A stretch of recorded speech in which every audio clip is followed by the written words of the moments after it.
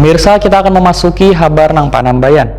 Anggota DPRD Banjarmasin menggelar penelaahan aspirasi untuk daerah pemilihannya masing-masing, mulai 1 hingga 3 April 2021. Di hari ketiga, Wakil Rakyat Daerah Pemilihan Banjarmasin Utara mendengarkan aspirasi dari warga di Kelurahan Alalak Selatan di kantor Kecamatan Banjarmasin Utara jelang tengah hari Sabtu 3 April 2021. Nah, pemirsa, berikut kabar lebih lengkapnya.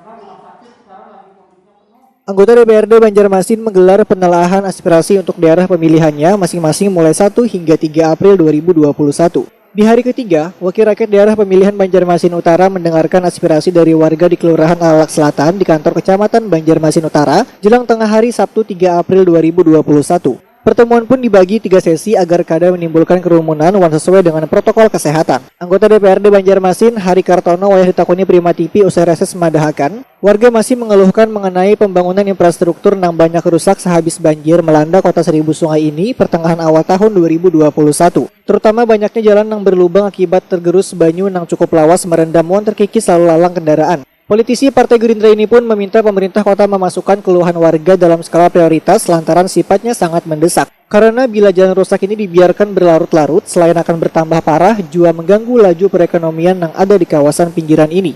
Hari Kartono menegaskan kada hanya jalan yang rusak, tapi titian pun sebagian ada yang rusak. Walaupun di kawasan Banjarmasin Utara ini banjirnya kada separah dari kecamatan lainnya, namun penanganan ataupun perbaikannya janganlah diabaikan, karena demi kenyamanan warga beraktivitas. Untuk pemerintah Kota Banjarmasin, mudah-mudahan untuk bisa memperbaiki jalan-jalan ataupun titian dan gang-gang yang sudah rusak pasca banjir. Yang paling banyak daerah mana, Pak?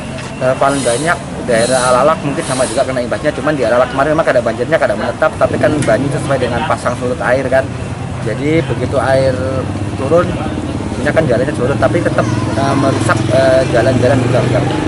Pak, untuk keluhan lainnya apalagi, Pak? Sama vaksinasi untuk masyarakat, meminta kalau bisa kan untuk vaksinasi ini kan sementara saat ini kan masih di atas umur 60 tahun. Kalau bisa kami berharap bahwa untuk vaksinasi bisa menyeluruh seluruh masyarakat Kota Banjarmasin.